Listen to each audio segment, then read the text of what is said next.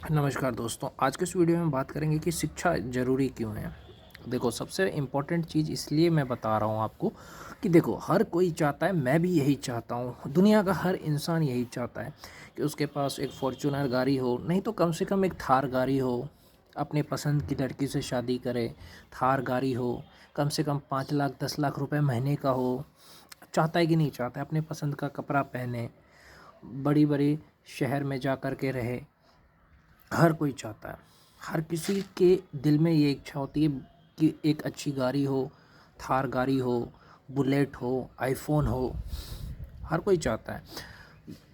तो भैया इसके लिए पढ़ाई करनी पड़ती है, इसके लिए मेहनत करना पड़ता है।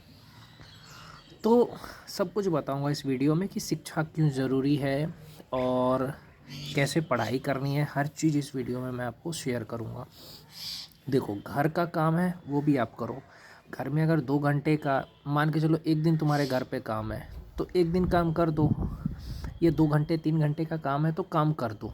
जैसे तुम्हारे ताऊ जी ने कहा कि मुझे पूरे दिन काम है, तो एक दिन काम है तो कर दो, 2 दिन काम है तो कर दो, 5 दिन भी अगर काम है तो कर दो। लेकिन आप अपने पढ़ाई को सबसे ज़्यादा वैल्यू दो। कोई काम नहीं आएगा, ना दादा दादी पापा मम्मी ताऊ, कोई काम नहीं आता है। जब शिक्षा की बात आए तो कोई काम नहीं आता है। आज देखो, कोई भी नेता आपको ये नहीं कहेगा कि बेटा पढ़ ले।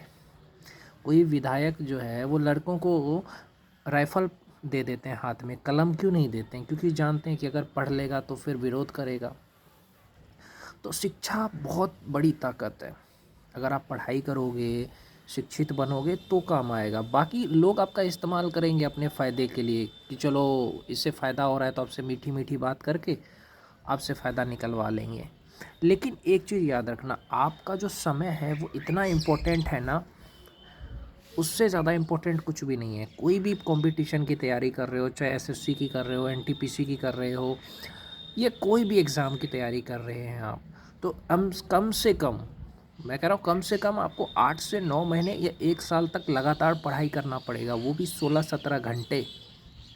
एक दिन भी आपको मिस नहीं करना है। चाहे आपका बर्थडे आए, किसी की शादी हो, कुछ भी हो, लेकिन आपको अपने लक्ष्य पे टिके रहना है। घर में नहीं पढ़ पा रहे हो, लाइब्रेरी ज्वाइन करो, लाइब्रेरी में 10-12 घंटे पढ़ो। समझ गए? पढ़ना तो है ही आपको, क्योंकि बिना पढ़े आप कुछ नहीं कर पाओगे। जो नहीं पढ़ता है वो दूसरों की गुलामी करता है, ये मैं आपको बता रहा हूँ। चाहे वो घर के लोग हो, चाहे बाहर के लोग हो, कोई भी हो।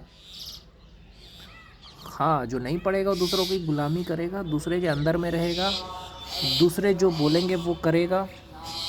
लेकिन जो पढ़ लेगा आज के ज़माने में, वो किसी की गुलामी नहीं कर सकता है। यानी वो, मान के चलो अगर तुम पढ़े लिखे हो, तुम्हारे पास पैसा है और तुम नीचे में भी बैठोगे ना, तो लोग बोलेंगे कि यार इनकी इनका बड़प्पन है। और तुम कितने भी हैंडसम हो, कितने भी अच्छे क्यों ना हो, मैं सच बता रहा हूँ, आप कितने भी अच्छे हो, हैंडसम हो, लेकिन अगर आपके पास पैसा नहीं है, आप शिक्षित नहीं हो, तो कहीं भी आपका इज्जत नहीं किया जाएगा।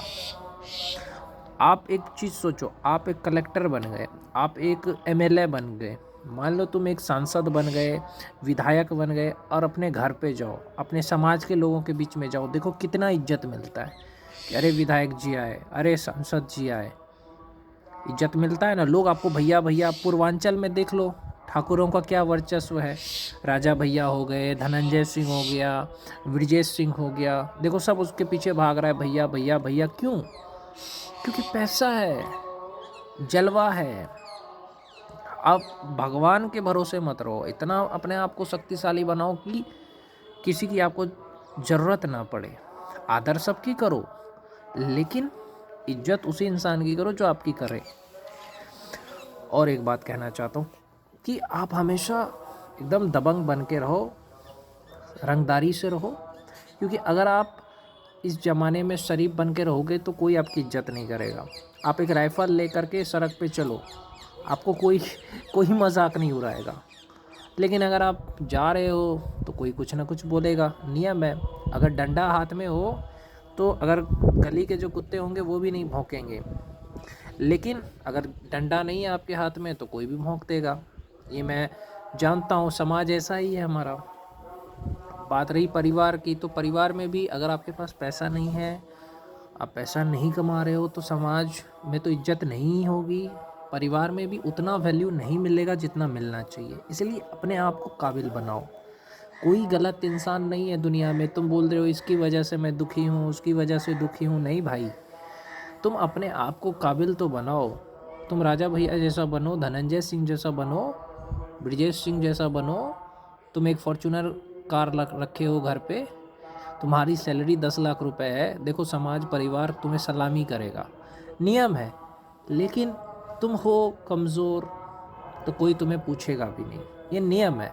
तो अपने आप को ताकतवर बनाइए, दूसरों को दोष देना बंद करिए कि अरे ये इंसान मेरा मजाक उड़ा रहा है, ये इंसान मुझे परेशान कर रहा है। अरे तू ताकतवर बन मेरे भाई। परेशान लोग तुम्हें जो परेशान कर रहे हैं वही सलाम करेंगे तुमको, बस तुम ताकतवर बनो, अपने पे ध्यान दो।